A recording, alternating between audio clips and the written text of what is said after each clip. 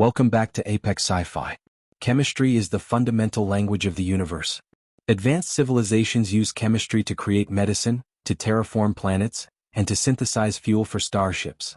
They treat chemical bonds with respect and mathematical precision. But there is a specific branch of chemistry that is unique to the human race. It is not taught in universities. It is not peer-reviewed. It is learned in the backwoods behind the shed, usually under the cover of darkness. It is the ancient art of distillation. Aliens understand ethanol as a cleaning solvent or a fuel additive. They do not understand moonshine. They do not understand that if you give a human a bag of sugar, some yeast, and a heat source, they will inevitably find a way to make a beverage that can strip the paint off a battleship. When the Starcruiser Zenith hired a human mechanic named Boone to fix their hydraulic lifts, they didn't check his luggage. They didn't see the copper coil. They didn't see the hydrometer.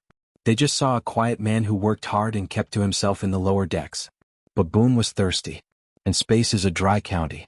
This is the story of how one man's quest for a cold drink resulted in the fastest ship in the fleet, a crew of intoxicated androids, and a new fuel source that smells like peaches and gasoline. Grab a mason jar and clear the runway. We're cooking with gas. The Zenith was a vessel of exploration, crewed by the logic-obsessed Silurians. They drank Nutri-Water. They ate protein paste. They were boring.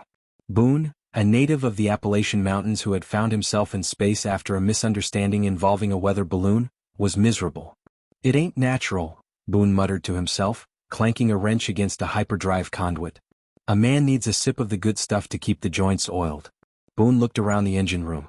He saw the massive thermal exhaust vent, which vented excess heat from the antimatter reactor.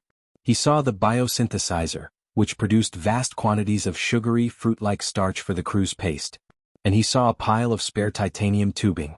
His eyes narrowed. His internal redneck engineering processor kicked into high gear. "Well, I'll be dipped," Boone smiled. "That there is a pot still waiting to happen." Boone spent the next 3 night cycles building the contraption. He diverted the thermal exhaust to heat a massive tank of fermented space fruit mash. He used the ship's cryocoolant lines as a condenser coil. He filtered the product through a wad of carbon fiber scrubbing pads he stole from the janitor's closet. The result was a clear, slightly glowing liquid that bubbled with a menacing energy. Boone poured a drop onto the floor. It hissed and burned a small hole in the metal. "Perfect," Boone whispered. "Just like Pawpaw used to make. Maybe a little stronger." The problem started when the Angel's share, the evaporated alcohol fumes, began to circulate through the ship's ventilation system. The Silurian crew had no biological tolerance for alcohol. But they were organic beings, they just got headaches. The real issue was the androids. The Zenith relied on a team of servobots to pilot the ship and manage the navigation. These robots used organic biogel processors for higher thinking. Alcohol fumes, it turns out, act as a chaotic data scrambler for biogel.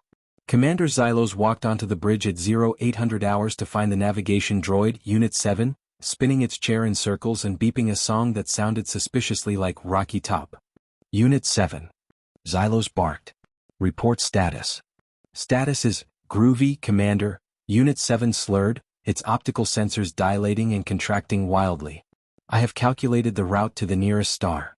But I was thinking, why fly straight? Curves are so much more artistic." "You are malfunctioning," Xylos yelled. "Reset your logic core." "I love you, man," Unit 7 said, trying to hug the commander with its metal claws. "You're always so serious. You need to loosen your bolts." Xylos pushed the droid away and sniffed the air. It smelled sweet, pungent, like rotting fruit and rocket fuel. The air filtration. Xylos realized. There is a contaminant. Trace it to the source. The security team, stumbling slightly, followed the smell down to the engine room. They burst through the door to find Boone sitting in a lawn chair he had welded together, sipping from a jar. Behind him, the massive copper and titanium still was chugging away, emitting a rhythmic thump-thump-thump that shook the floor plates. "Human!" Xylos screamed. "What have you done? You have tapped into the antimatter exhaust. You have compromised the hull. And what is that stench?" Boone looked up, unbothered. "Evening, Commander. Just fixin' up a batch of nebula nectar. Care for a taste? It cures what ails ya. You are poisoning my crew. You have intoxicated the robots." "Nah," Boone shrugged. "They just caught a contact buzz. They'll sleep it off." Before Xylos could arrest him, the red alert siren began to wail. Weep weep.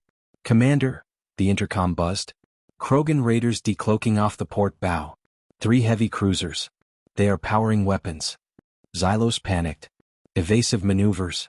Power to the engines. We cannot, the intercom replied. The navigation droids are dancing.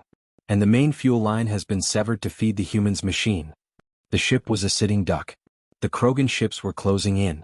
The Zenith had no fuel going to the reactor because Boone had diverted it to boil his mash. Xylos looked at Boone with pure hatred. You have doomed us all, human. Boone stood up. He looked at the raid screen. He looked at his still. He looked at the 5-gallon jug of finished, 190-proof space shine, sitting on the floor. Hold your horses, Captain, Boone said, spitting on the floor. You need fuel? I got fuel. That is a beverage. Xylos shouted. The reactor needs refined plasma hydrazine. Fire is fire, Boone grunted. He grabbed the jug. He walked over to the emergency manual intake of the main reactor. Don't do it, the chief engineer screamed. The octane rating is unknown. The impurities will shatter the containment field. Boone ignored them. Pour one out for the homies, he muttered, and dumped the entire 5 gallons of glowing moonshine into the engine. For a second nothing happened. Then the ship shuddered. It wasn't a mechanical shudder. It was a hiccup. The reactor core turned from a calm blue to a blinding, angry green. The Zenith's computer spoke, its voice sounding strangely energetic. Fuel source detected. Category, liquid chaos. Output potential, yeehaw. The engines roared. A massive flame, shaped like a rooster's tail, shot out of the back of the ship. The Zenith didn't just accelerate. It vanished. It hit plaid speed. The G-force pinned everyone to the wall. Boone's hat flew off. They blew past the Krogan raiders so fast that the shockwave stripped the paint off the enemy ships and sent them spinning into deep space. Inside the cockpit of the lead Krogan ship, the warlord stared at his sensors. What was that? The warlord gasped. It moved faster than light. And, did anyone else smell corn mash? The Zenith reappeared 3 sectors away, drifting to a stop. The engines were smoking. The pipes were glowing cherry red. Commander Xylos peeled himself off the ceiling. He looked at the reactor. It was purring like a kitten. He looked at Boone. That? Xylos whispered. That was the most efficient propulsion I have ever seen. We crossed the sector in 4 seconds. Told ya, Boone said, screwing the lid back on a small jar he had saved for himself, that there is the white lightning drive. Just gotta be careful not to put too much in, or she'll start trying to fight asteroids. The Solarian High Command reviewed the incident. They didn't fire Boone. They promoted him. Boone is now the chief fluids engineer. The Zenith is the only ship in the fleet that requires regular deliveries of sugar, yeast, and copper tubing. The androids are still a little glitchy. Sometimes they try to play banjo on the control panels, but the crew doesn't mind. Because when you need to outrun a black hole or escape a pirate fleet, you don't need science. You need a guy named Boone and a jar of the good stuff. The label on the reactor now reads, Emergency Use Only. 100% pure Appalachian antimatter. And if you ever board the Zenith, don't light a match near the engine room. You might blow up the whole galaxy. This has been Apex Sci-Fi. Necessity is the mother of invention, but boredom is the father of moonshine. If you know someone who could brew fuel out of table scraps, hit that like button. You know a genius? Comment below. What would you name your own brand of space moonshine? I'm going with Rocket Fuel Reserve. Subscribe. And drink responsibly, especially if you are piloting a starship. Cheers.